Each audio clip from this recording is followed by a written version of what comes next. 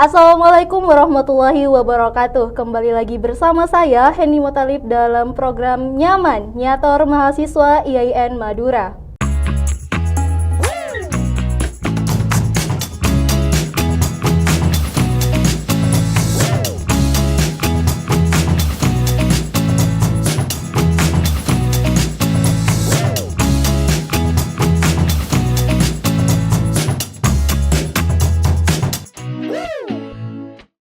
Oke sobat, kali ini di studio IMTV sudah hadir bintang tamu kita pada program Nyaman Nyator Mahasiswa kali ini. Mungkin masnya bisa diperkenalkan dulu kepada sobat IMTV di rumah. Baik, Bismillah, saya Muhammad Samsul Arifin. Ini perlu sebagai apa, Mbak? Perlu diperkenalkan juga? Perlu juga, boleh. Saya sebagai Ketua Umum Senat Mahasiswa Institut IAIN Madura periode 2023 tahun 2024. Ya, sudah, Mbak. Jadi perlu diketahui bagi sobat di rumah bahwa program Nyaman kita kali ini menghadirkan Ketua Senat Mahasiswa IAIN Madura. Nah, oke Mas, kali ini bisa dipanggil Mas siapa nih? Lebih akrabnya? Sam. Oke, Mas Sam. Kali ini kita akan bincang-bincang santai saja dengan obrolan yang ringan, dan mungkin bisa nih di pembukaan awal Mas Sam bisa ceritain gimana pengalaman selama menjadi bagian dari organisasi mahasiswa Senat Mahasiswa. Pertama itu sebenarnya banyak beberapa hal ketika ditanyakan mengenai beberapa perjalanan, gitu kan. Dimana perjalanan itu kan sebenarnya bukan hanya soal kesenangan, kan, tapi di sana juga ada mengenai kesedihan. Kan. Perlu kita ketahui bersama bahwa menjadi ketua umum di suatu organisasi itu adalah sebuah privilege, kan. Suatu kebanggaan di mana kita bisa belajar memikirkan orang lain. Jadi organisasi kemahasiswaan, menjadi ketua organisasi mahasiswa itu adalah proses bagaimana memikirkan orang lain. Itu adalah pengalaman pertama. Yang kedua mungkin di sisi lain kita bisa memperkaya pengalaman, relasi, dan juga beberapa pengetahuan. Contohnya saya pribadi, saya adalah mahasiswa Fakultas Tarbiyah. Akan tetapi ketika di Senat Mahasiswa, saya dituntut untuk menjadi anak hukum, gitu kan. Dimana memang Senat itu kan adalah lembaga legislatif. Iya, benar sekali. Kalau lembaga eksekutifnya itu kan namanya DEMA, DEMA Institut. Nah, jadi SEMA Institut ini bergerak memang di bidang legislatif, gitu. Jadi menurut Mas Sam ini menjadi sebuah Ketua Umum Senat Mahasiswa merupakan sebuah privilege yang beliau dapatkan dari organisasi. Lalu selanjutnya nih Mas, ada nggak sih most challenging moment atau momen-momen menantang gitu selama menjabat menjadi Ketua Senat Mahasiswa?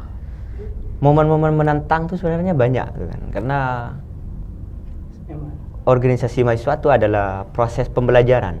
Iya, benar. Pertama saya katakan tadi itu adalah proses memikirkan orang lain, belajar memikirkan orang lain. Selebihnya kita juga seringkali merasakan yang namanya kekosongan jiwa dan kesepian emosional.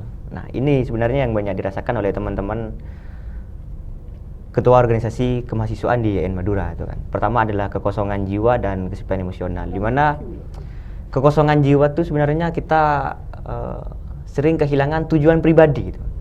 Kita keseringan tujuan pribadi karena kita terlalu sering memikirkan orang lain, program kerja, gitu kan.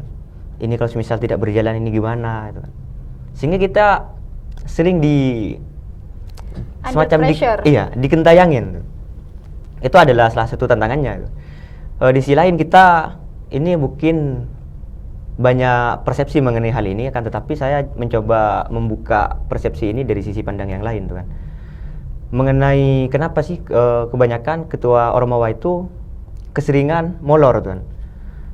Molor penyelesaian tugas akhirnya. Ketika saya pikirkan kembali, ternyata ini juga termasuk kepada kekosongan jiwa yang tadi. Tidak pernah menemukan tujuan pribadinya, tuh kan. Padahal tujuan pribadinya itu adalah menyelesaikannya itu.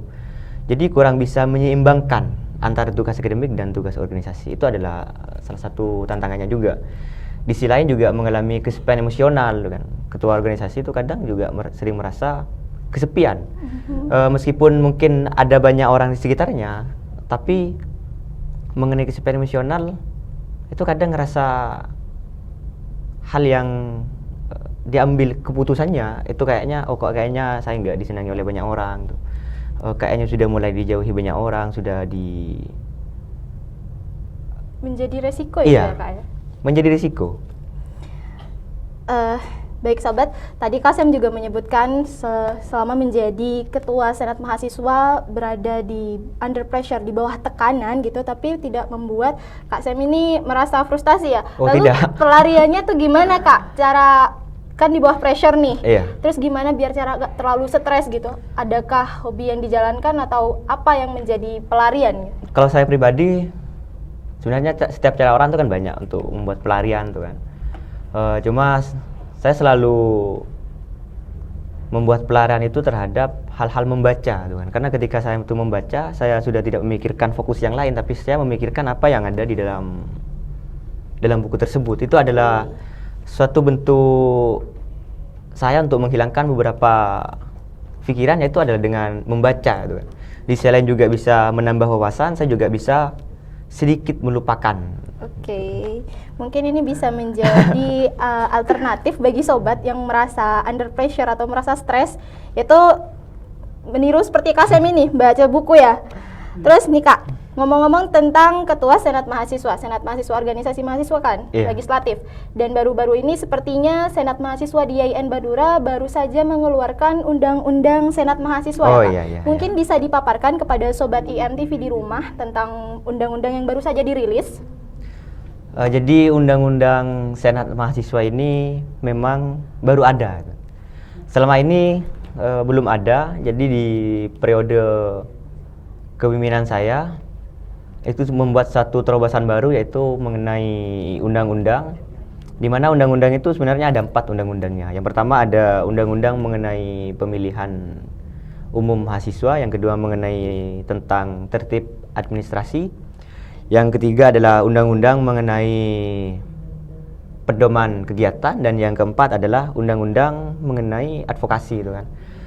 Jadi memang dirasa perlu untuk dikeluarkannya undang-undang, karena undang-undang ini adalah suatu bentuk dari instrumen bagaimana pola kerja, bagaimana pemecahannya kalau misalnya ada masalah. Nah, selama ini di IAIN belum ada payung hukum yang terlalu jelas gitu, maksudnya di bagian tingkat organisasi kemahasiswaan. Jadi dibuatlah mengenai undang-undang Senat Mahasiswa. Berarti ini yang pertama kali nih? Iya. Pertama kali dibikin. Mungkin bisa lebih dijelaskan lagi nih kepada sobat IMTV di rumah tentang gimana sih, apa saja isi-isi yang tertuang di dalam undang-undang Senat Mahasiswa itu? Kalau mengenai isinya yang pasti pertama mengenai Undang-Undang Nomor 1 Senat Mahasiswa mengenai pemilu itu kan. Di sana dikonsiderannya juga tidak terlalu jauh berbeda dengan aturan yang di atasnya gitu kan. Di atasnya itu ada yang namanya pedoman organisasi kemahasiswaan IAIN Madura. Di atasnya lagi itu ada yang namanya SK Dirjen Pendis nomor 4961. Nah, jadi mengenai isinya juga tidak terlalu jauh beda dari sana gitu kan. Sehingga teman-teman itu bisa membuat acuan terhadap sana, terutama di dalam ini administrasi ini kadang yang seringkali amburadul kan. Sehingga ini memang dirasa perlu untuk diatur bagaimana, ini kop suratnya ini seperti ini, fontnya ini seperti ini, itu kan adalah bentuk instrumen sebenarnya agar terjadi keselarasan baik itu di tingkat institut maupun di tingkat fakultas. Terus ini mungkin akan menjadi pertanyaan terakhir, adakah spesifik project atau rencana yang diharapkan yang akan dilakukan organisasi mahasiswa ini ke depannya? Organisasi kemahasiswaan ini tidak boleh hilang nafasnya gitu kan. Cuma yang saya sangat inginkan dari kemarin mengenai target-target yang ingin saya capai, yaitu pertama adalah mengenai wisudawan terbaik non-akademik. Nah, ini adalah satu hal yang sebenarnya saya dari kemarin ini usahakan. Wisudawan terbaik non-akademik. Jadi wisudawan itu tidak hanya dipandang dari sisi akademiknya saja, tapi juga dari sisi non-akademiknya, ini juga perlu untuk diangkat. Perlu diperhatikan juga. Contohnya seperti ini, banyak mahasiswa yang berprestasi itu kan, banyak mahasiswa yang ikut lomba, Akan tapi ketika hanya dinilai dari sisi akademiknya semata itu kan, menurut saya itu adalah perspektif yang kurang benar. Jadi boleh mengambil yang akademik, akan tapi ini juga diapresiasi gitu. Terutama yang saya sangat pikirkan adalah mengenai organisasi kemahasiswaan, ketua-ketua organisasi kemahasiswaan. Ini perlu diberikan reward tuh kan. Kemarin saya sempat mengajukan kepada Pak Rektor tuh kan mengenai wisudawan terbaik non akademik. Kan tapi di sisi lain saya juga